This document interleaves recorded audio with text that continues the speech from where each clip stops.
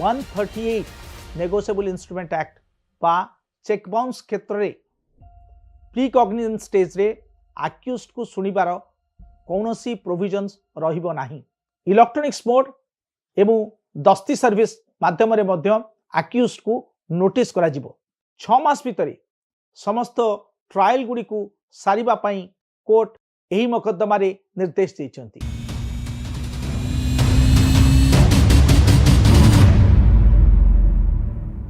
माननीय supreme court September 25 तारिख रे संजीव तरी बनाम किशोर एस बोरकार मामला रे गोटे ऐतिहासिक राय प्रदान करिसेंती। संजीव तरी 2005 मसीह रे श्री किशोर बोरकर को चेक अमाउंट 6 लाख टंकार देइथिले एवं परवर्ती अवस्था रे से टंका से फेरी पाई नथिले एवं तांकू किशोर एस बोरकार जो अमाउंट चेक माध्यम रे देइथिले ताहा डिजनर हेइथिला। फलस्वरूप से कोर्टर द्वारस्थ होते। 2005 मसीहा परे गोवार निम्नतम अदालत रे किशोर बोरकर को कन्विक्शन होता एवं से कन्विक्शंस को मध्य उपरिस्थ एडिशनल सेशंस जज गोवा कोर्ट तांको मध्य कन्विक्शन को अपहेल्ड करथिले। परवर्ती समय 2009 मसीह रे बॉम्बे हाईकोर्ट अभियुक्त किशोर एस बोरकार को खलास कर देथिले। माननीय हाईकोर्ट को ए राय को सुप्रीम कोर्ट रे संजीव तरी चैलेंज करथिले जे रिविजनल कोर्ट हाईकोर्ट ए मामला सुनिला बेले जदि कोनोसी जुरिस्डिक्शनल एरर न थाए ताहले से क्षेत्र रे हस्तक्षेप करिबा उचित नथला बोली दर्शाइथिले। माननीय सुप्रीम कोर्ट एही मकद्दमार सुनाली बेले जो गुरुत्वपूर्ण प्रसंग गुड़िक कहते ताहा हेउची समन्स जहाँ इश्यू करा जाउथला पूर्ववर्ती अवस्था रे वर्तमान परिप्रेक्षी रे रेगुलर मोड छड़ा इलेक्ट्रॉनिक्स मोड एवं दस्ती सर्विस माध्यम रे मध्य आक्यूज्ड को नोटिस करा जिवो एवं आक्यूज्ड जदि चाहिए ताहले से माने मध्य ऑनलाइन पेमेंट देई परिबे। सिनॉप्सिस गोटे मकद्दमा कला बेले सेथिरे गोटे सिनॉप्टिक नोट मध्य दबाकू पड़िबो। सबुठारु गुरुत्वपूर्ण प्रसंग होउची समन्स गुड़िक इश्यू हवा पूर्वरु भारतीय नागरिक सुरक्षा संहिता आईन प्रणयन हेबा परे कंप्लेंट केस रे प्री कॉग्निजेंस स्टेज रे अभियुक्त को सुनिबा लगी जो अधिकारटी प्रदान करे जाइछि एबे 138 नेगोशिएबल इंस्ट्रूमेंट एक्ट बा चेक बाउंस क्षेत्र में प्री कॉग्निजेंस स्टेज रे आक्यूज्ड को सुनिबार कौनसी प्रोविजन्स रहिबो नाही एवं कोर्ट गुड़िक सबु समय रे किभली भाबरे एभली घटनार सेटलमेंट करा जिवो से संपर्क रे मध्य सजत्नवान हेबे। 30 दिन मध्य रे कॉग्निजेंस नेबे एवं 6 मास भितर समस्त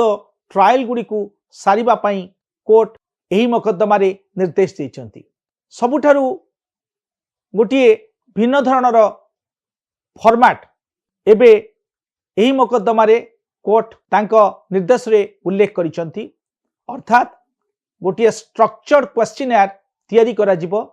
जो स्ट्रक्चर्ड क्वेश्चनर रे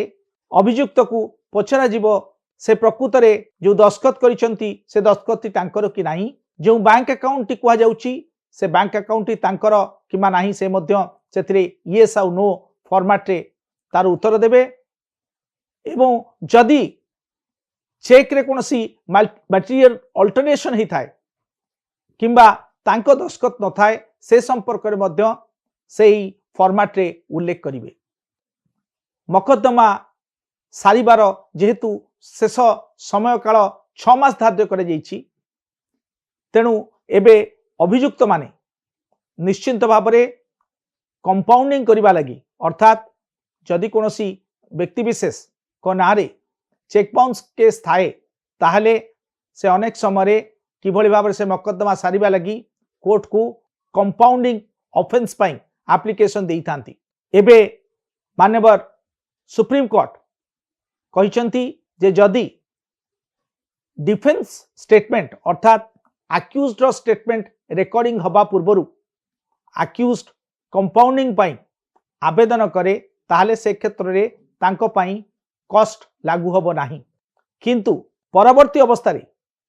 अर्थात रेकर्डिंग हो सारा परे तांको evidence till the trial is over अर्थात ट्रायल शेष हवा पर्यंत से स्टेज रे मध्य जदि अभियुक्त चाहती जे मकद्दमाटी को समाधान करबा लगी ताहले चेक अमाउंट रो 5% तांकू जमा करबा को पड़िबो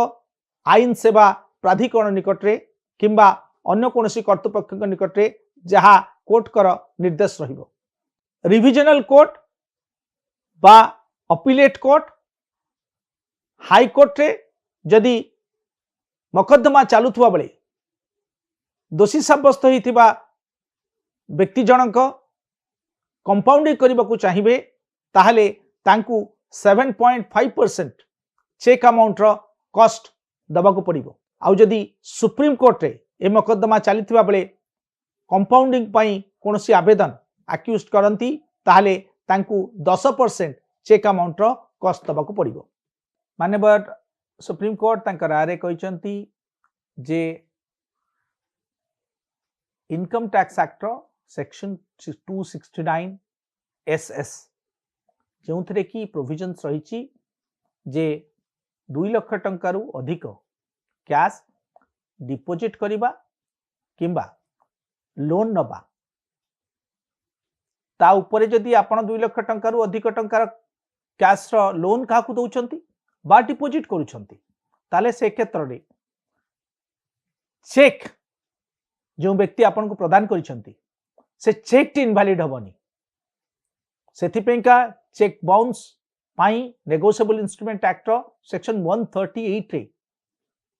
से व्यक्ति विरुद्ध रे मकद्दमा जारू करा जाई परिबो केवल जो व्यक्ति डिपोजिट करथिबे बा कैश रे नैथिबे 2 लाख टंका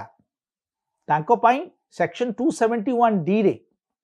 income tax act penalty provision रही किंतु गोटे enforceable date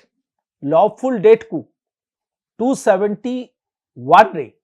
income tax act रे पेनाल्टी प्रोविजन थिला बेले तांको केउ कारणरू 138 नेगोशिएबल इंस्ट्रूमेंट एक्ट रे इनवैलिड घोषणा कर जो बोली माननीय सुप्रीम कोर्ट मध्य ए मकद्दमा रे प्रश्न करिसंती एवं तार उत्तर कहिसंती जे एहा कोनोसी एनफोर्सेबल डेट को इनवैलिड करिबो ना। ए मकद्दमा